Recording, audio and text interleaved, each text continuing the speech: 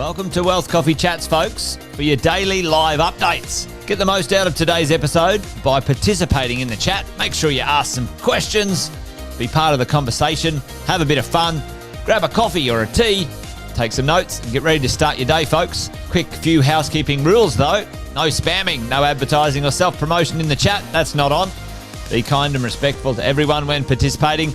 And most of all, have a good time. Real estate investing can be your biggest asset. It also can be your most expensive asset when it comes to getting it right or getting it wrong, folks. It can be time-consuming, stressful, and that's why here at Positive, we have what's called a 6-star team, a full-service team that provides integrated wealth and property investing solutions and services simply designed to help you progress towards your goal of passive income through your property portfolio, folks. Make sure you check out our other podcasts on the Positive Mentor Network. Not only is there Wealth Coffee Chats, there's the Urban Property Investor. Drops every Wednesday with straight talking investing strategies and lessons with Sam Saggers. Property Investor Tales. This is where our clients, you guys, share real life stories from property investing, hosted by some of our advisors and strategists. And that's done every fortnight, dropping every Monday. Wealth, Wine and Wisdom, folks, that debriefs the week that was in the world of finance and property, hosted by yours truly, Jason Witten and Andy Fenton on Fridays. Welcome to another Wealth Coffee Chats. Marvellous Monday. Hope you're well, folks, wherever you are. If you think it's Get Rich Quick, you're in the wrong place. This is the wrong podcast. This is the wrong live for you. Welcome to another Wealth Coffee Chat. Hope you're all awesome and well. Morning, everybody. Welcome to another Finance Friday Wealth Coffee Chat. If you don't know my name's Kang, and I usually start with a finance joke. So today's finance joke is, what do you call it when a pharaoh asks you for money? A pyramid scheme. Morning, Jeff. Morning, Justin. Just to start off today, the RBA met this week to make a decision around the interest rates, and they've decided to keep it on hold at 4.35%, which is always good for mortgage holders. What it does mean is it's probably a couple of months, I reckon probably 6 to 9 months from what most banks have been sharing with us, that the interest rates drop. Interest rates coming down would be most likely between 6 to 9 months from now. The reason why we also notice this is that we get emails about the 3-year fixed rate, and there have been a lot of banks that have been starting to drop their 3-year fixed rates, which obviously means that there is something going on in the future, that they're banking on the fact that interest rates will be coming down. So those are some good indications of interest rates going down in the future, but not anytime really soon. Some other news that we actually got this week, which I found really interesting, was that ANZ has acquired Suncorp. So in the past, we've had banks consolidate. Westpac acquired St. George, CBA acquired Bankwest. As brokers, we get told not much has changed. They'll keep the branding of the other bank that they've just acquired. What I have noticed is once they've had the brand for a few years, you start noticing that they're merging those two brands together. So the back office or the niches, the products all become the same. And even the way that they service even the way they assess loan applications remain the same is the same across the board as well. I've been working with my clients who have had Bankwest commercial loans and having them, and CBA asking them to refinance their Bankwest commercial loan because Bankwest no longer are offering their commercial product and any support for it. So So yeah, I wonder what ANZ are going to do in regards to the Suncorp brand and how they may or may not be keeping some of the really great lending policies that Suncorp actually have. So watch this space. It is.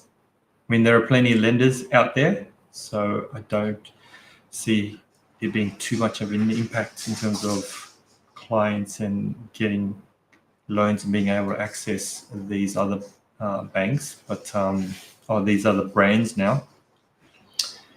But it'd be interesting to see what ANZ decide to do with Suncorp in the next couple of years. So today, I actually wanted to talk about something that is discussed in our positive team, and when we talk about clients. We want to take this opportunity, since it's the end of the financial year and everybody is talking to their accountants. It is a great opportunity for us to actually assess where we're currently at the moment. And what I mean with that is we use a phrase called being bankable, which means that we want to make sure that you're in the position to be able to go and borrow money and be prepared to do that. Now, in the last couple of Wealth Coffee chats, I have been speaking about, your credit files, budgets, all of those sort of things. But what I really want everybody to think about, especially this time of the year, is that what are we doing to ensure, that our interest rates are actually the ones that are going to be most beneficial for us. So when was the last time you actually checked on the interest rate on all your loans, whether it's your home loan or an investment loan? It's a great opportunity now to also check in with either your lender or your broker and confirm the market value for all your properties. So this will give you an idea of how much equity is actually available. When you have that information, you can take that to the lender or your broker and negotiate on the interest rate. So negotiating on interest rate is actually something that should be done, that both clients and brokers can do. And there's a few techniques when it comes to negotiating interest rates, but once you know what your current interest rate is, what the market interest rate is, and what the value for your property is, with that information, you'll be able to go back to the banks, your existing lender, and ask them to reduce the rate compared to whatever's in the market. Now, the reason why the value of your property is important is that banks actually will reduce your interest rate based on the value of the loan to the value of your property. So interest rates at 60%, 70%, and 80%, banks will will offer better interest rates, obviously, for loans that are at 60%. And so if you know the value of your property, then you can use that as a great negotiation tool. The other thing to think about during this time is also how are you actually paying off your bad debt. So bad debt is, your home loan, credit cards, any personal loans, any type of student debts, all those things. Now is a great opportunity to assess that, and also find out more about how you can use structures and processes to actually increase how quickly you can pay off your home. So reducing your balance really quickly, because there are a lot of there are actually techniques out there which utilizes certain structures that will enable you to pay off your loan a lot faster without the need of actually paying more. So have a chat, especially with your brokers, about that. Now, the other thing that we want to encourage you to look at is also how to maximize your borrowing. So with maximizing your borrowing, potentially, if you've had your loan for a couple of years, resetting your loan could increase how much you can actually borrow. Refinancing will also enable you to access equity while it's available to you.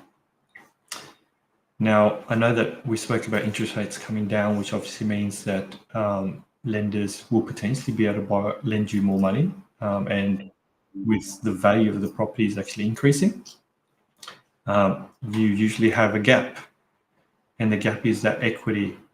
And we encourage our clients to access the equity when it's available, so that you are in a position to take advantage of any opportunities that come across your desk. Now, I know that in the positive team, accessing equity means that you're in a position to be able to lock in maybe some off the plan properties or be able to put a deposit down. So we do want to make sure that we're accessing money when we can, because banks will normally lend you money when you actually don't need it. And when you really, really need it, it's when it becomes really hard to get money from them.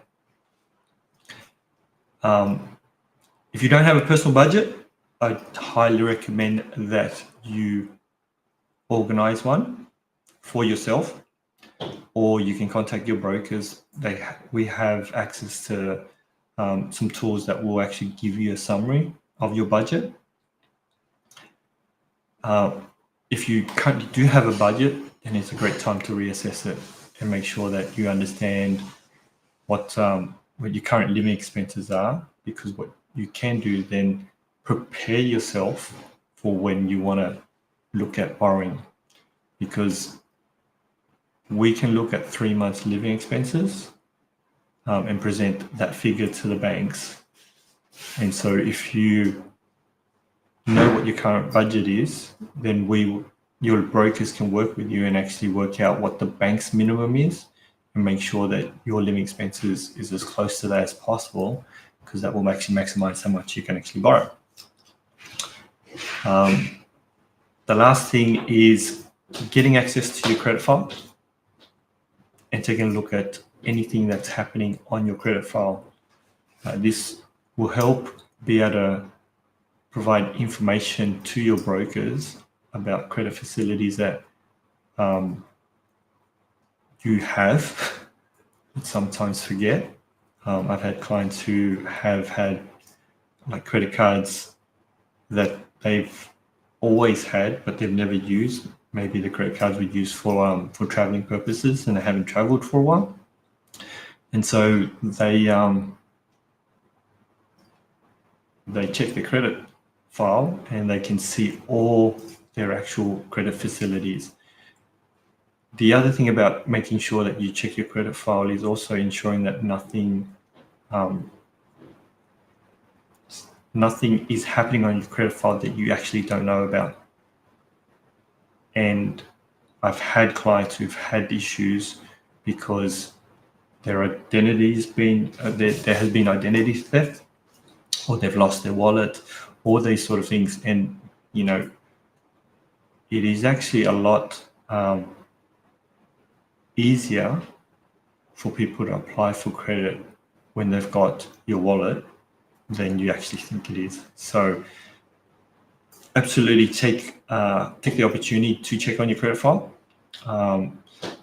What is going to be what we've had information in regards to the actual credit score and what it look like. It's what it's going to look like going forward is that the banks are actually now going to rely more on credit scoring, because the credit score will now also be more reliant on all your existing debt and how well you're paying off that. So your credit file will show whatever credit facility you have, if you've been paying it on time, and if it's been late, how late has it been? And those figures, those numbers now will actually will have a huge impact on your credit score. And so lenders will start looking at the credit score and also looking to adjust the interest rate that they offer based on your credit score. So the higher your credit score, the lower the interest rate that they will offer you. And obviously the lower your credit score, the higher the interest rate. Most likely they'll look at calling it, rate for risk. So offering you the interest rate based on your credit risk. Just want to say good morning to Sonia. Tim, why are lenders so reluctant to reduce rates? Question. I guess the short answer to that is the longer they take to reduce your interest rate, the more money they make from you. So, in the past, you notice when rates were going up, straight away, it literally takes within less than a week for the RBA to increase interest rates, banks to come in and go, we're going to push up our interest rates. A week or two later, interest rates are up. When interest rates have gone down, 2 to 3 weeks, 4 weeks, sometimes if you don't ask, they take months to actually reduce your interest rate. Again, interest is calculated daily. So the longer they take to reduce your interest rate, the more money they make from you. So experienced that when I really needed a loan, it was so hard to get prior to the bank. Yet prior to that, the bank was literally ringing out, offering me through the roof. Yes, Tim, I completely, I completely feel you on that one. Separation is one of the hardest things to negotiate emotionally, but from a finance perspective as well. It takes. I've had clients who have gone through separations, and just the toing and froing in regards to the finance, and going from 2 income to a single income, and working out whether you can actually afford, or would the banks determine whether you can afford the loan or not, makes it extremely difficult. So yeah, I highly recommend that when everything is good and you are in a position to be able to access equity and loans, then get your brokers to put that in place, because there are certain structures that will actually help you have access to that loan, but not actually have to pay interest on it, which means the money's there for you to use, but you're not actually paying interest to the banks in regards to that. So definitely reach out to your brokers and have a conversation with them on how to get that all set up. That's all for me for today. I wish everybody a wonderful weekend, and I look forward to catching up with you next week. Episode of Wealth Coffee Chat, folks. Make sure you like, subscribe, and turn on your notifications so you never miss a thing when we go live. Improve your portfolio and investing game, folks, with Wealth Coffee Chats live every morning at 8:10 each weekday. Make sure you join us. Previous episodes are also available wherever you get your podcasts, folks, as well as our other podcasts from the 6-Star team here at positivementor.com.au.